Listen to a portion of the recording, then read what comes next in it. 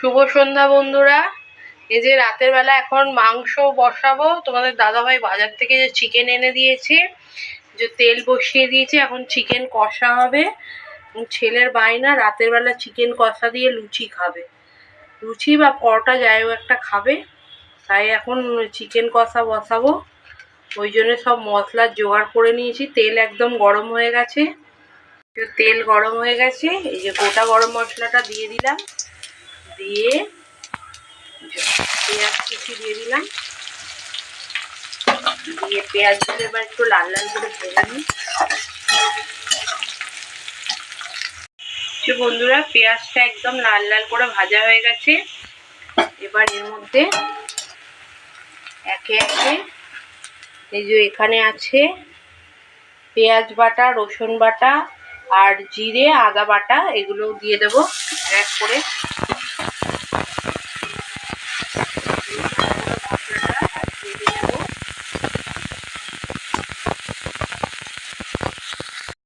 মশলাটা একদম ভাজা ভাজা হয়ে গেছে।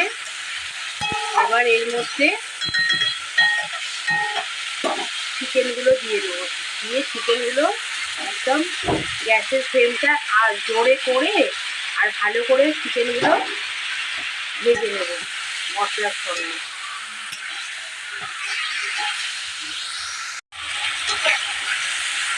এর মধ্যে এবার একটু হলুদ অ্যাড করব, দিয়ে আবার চিকেনটা ভালো করে ভাজবো।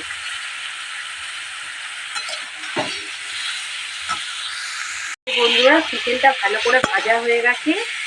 এবার এর মধ্যে টমেটোটা দিয়ে দেবো, দিয়ে আর পরিমাণ মতো নুন দিয়ে দেব, দিয়ে এটা আস্তে করে গ্যাসটা চাপা দিয়ে দিয়ে কষবো। তারপরে এর মধ্যে গুঁড়ো মশলা অ্যাড করব। ঢাকনা খুলেছি, এই দেখো একদম টমেটোটা গলে গেছে, চিকেন থেকে জলও বেরিয়ে গেছে। এবার এর মধ্যে দিয়ে দেব এই যে এখানে গুলে রেখেছি কাশ্মীরি লঙ্কা আর 1 চামচ মতো ধনে গুঁড়ো, এটা ওপর থেকে দিয়ে দেব। দিয়ে এটাকেও এর সাথে মিশিয়ে নিয়ে আস্তে আস্তে কষতে থাকবো। আর এই জলটা আস্তে আস্তে শুকনো হয়ে গেলেই চিকেনটা সেদ্ধ হয়ে যাবে।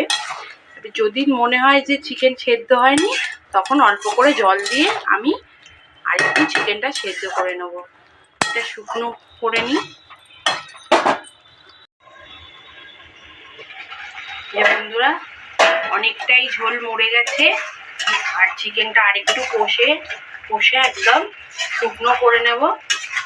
চিকেন অনেকটা সেদ্ধ হয়ে গেছে। এর মধ্যেখানে আমি ঢাকনা খুলে 2-1 বার নেড়ে দিয়েছি। চিকেন থেকে তেলটা ছেড়ে গেলে চিকেনটা নামিয়ে নেব।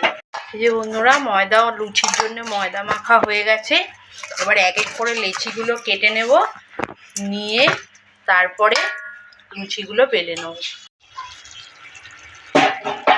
এই যে বন্ধুরা, চিকেনের একদম শুকনো শুকনো হয়ে গেছে। এবার এর মধ্যে গরম মশলা দিয়ে নামিয়ে নেব।